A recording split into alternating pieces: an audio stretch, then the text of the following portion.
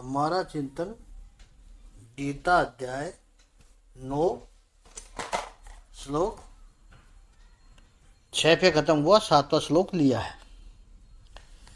प्रभु कह रहे हैं ये पूरी की पूरी सृष्टि मैंने बनाई है।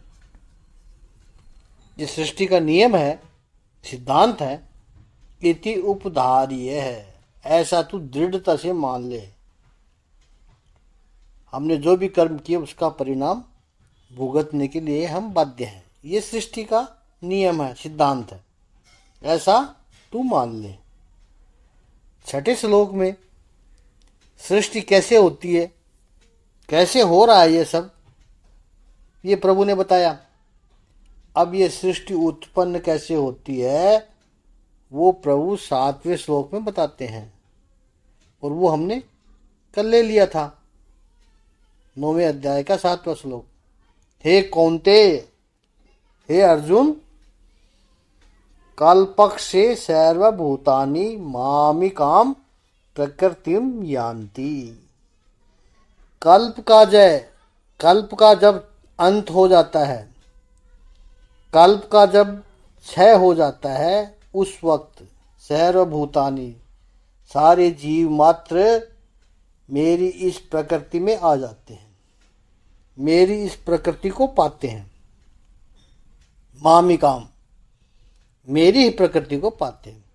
और कल्पादो, कल्प के आरंभ में, तानी अहम पुनः विसृजामि।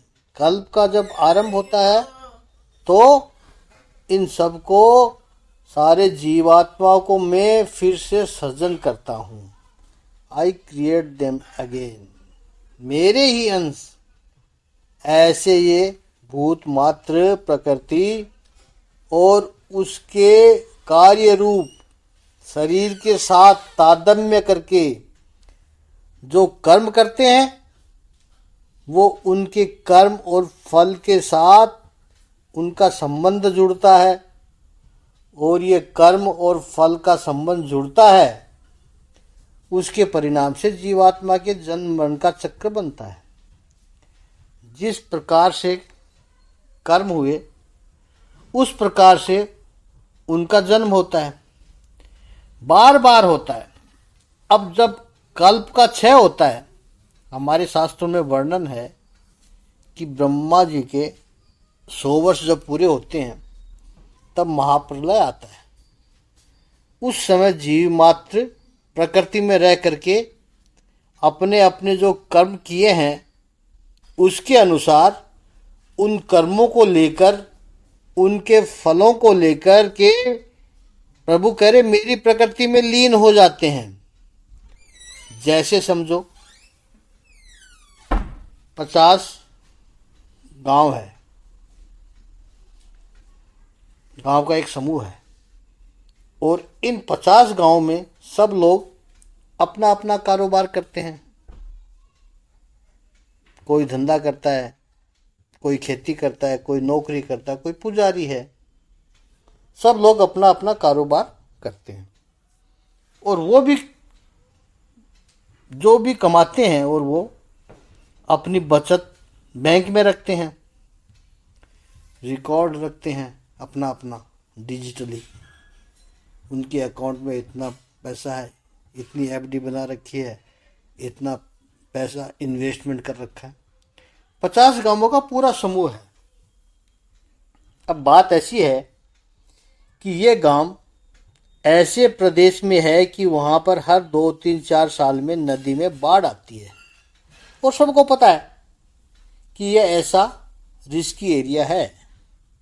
तो जैसे ही वहाँ नदी का जल स्तर बढ़ने लगता है, वाटर लेवल बढ़ने लगता है डैम में, और पानी छोड़ना पड़ेगा। ऐसी स्थिति जब आती है तो उन 50 गांव के लोगों को कहा जाता है कि चलो, तुम्हारी व्यवस्था सरकार ने की है, तुम्हारे लिए सरकार ने प्रबंध कर रखा है, अपना अपना सामान पैक करो और चलो। ऊपर एक रिलीफ कैंप बनाया गया है ऊंचाई पर, ताकि वहां तक पानी ना पहुंचे।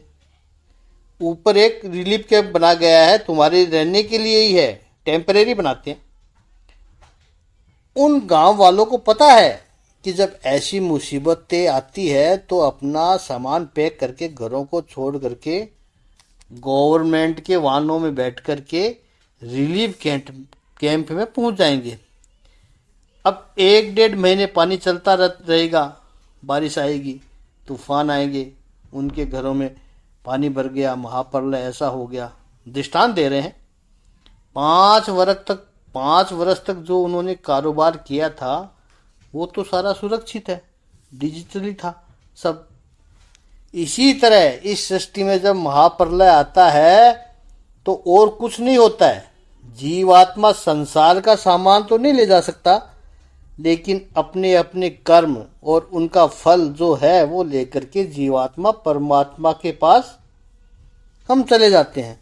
परमात्मा से ही अलग हुए थे, परमात्मा में ही हम अपना अस्तित्व शुरू किया था, और इच्छा स्वतंत्रता का, कर्म स्वतंत्रता का उपयोग करके जो कर्म किए और उनका जो फल आया, और उस फल के साथ सारे जीवात्मा परमात्मा में लीन हो जाते हैं।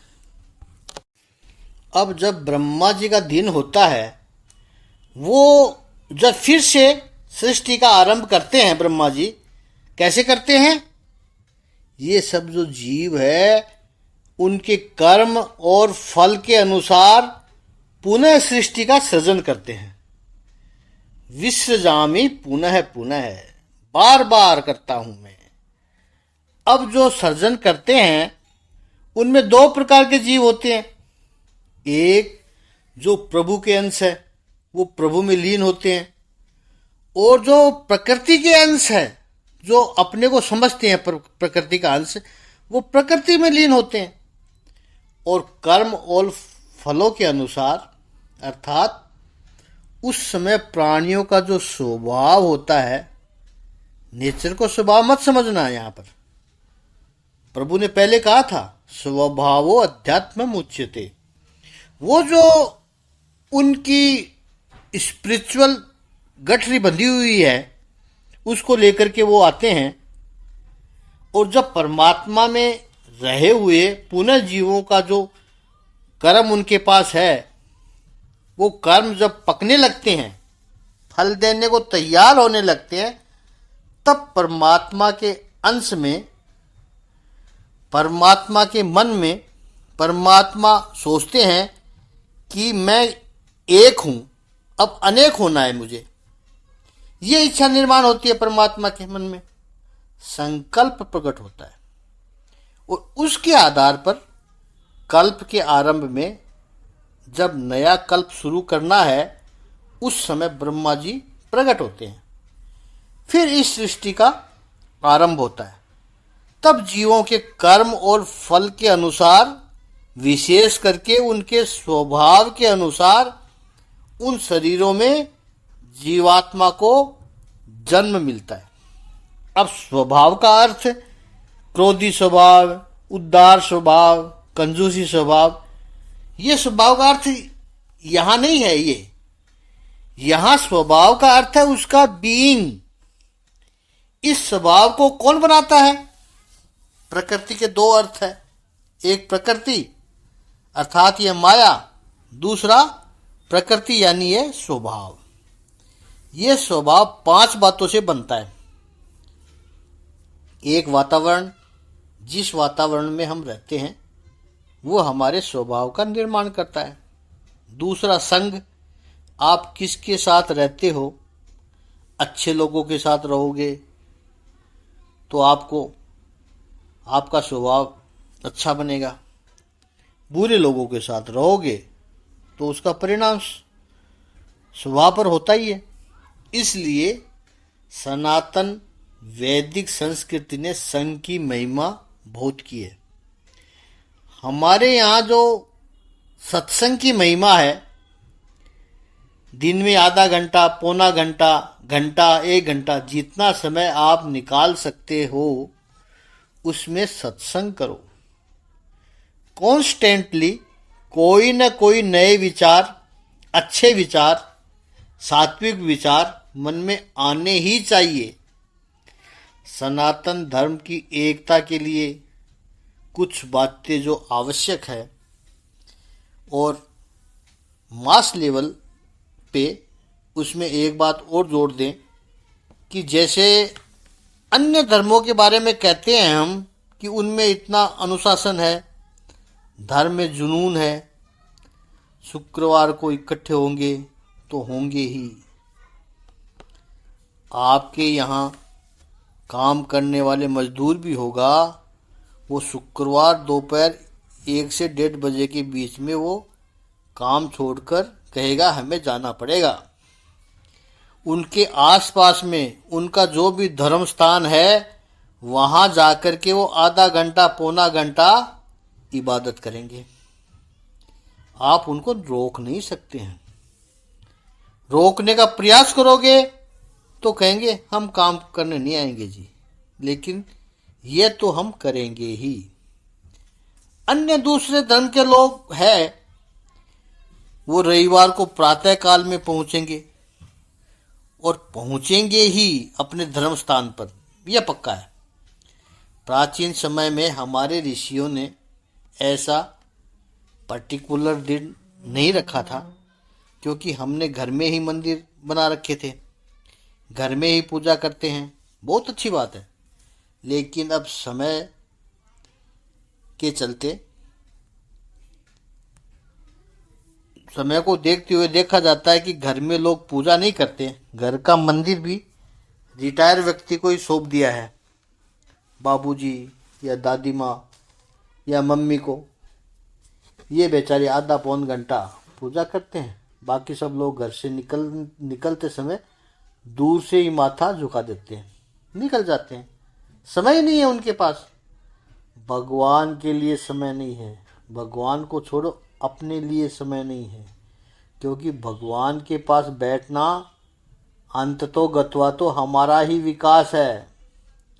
भगवान का उसमें क्या फायदा, हमारा लाभ है, हमारी उन्नति है।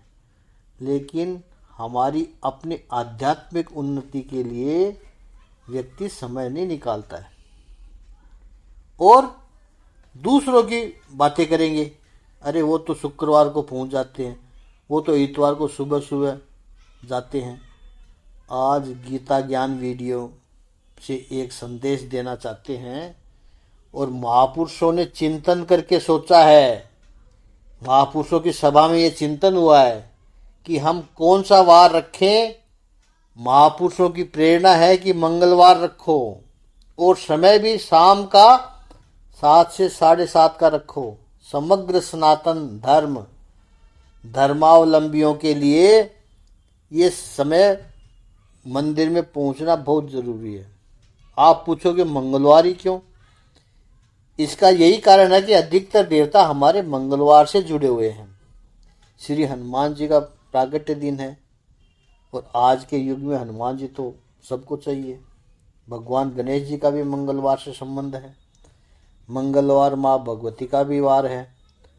भगवान विष्णु के अवतार भी, श्री रामचंद्र जी का जन्म भी मंगलवार को हुआ था। मंगलवार से बहुत सारे देवता जुड़े हुए हैं, इसलिए संतों ने सोचा मंगलवार रखो।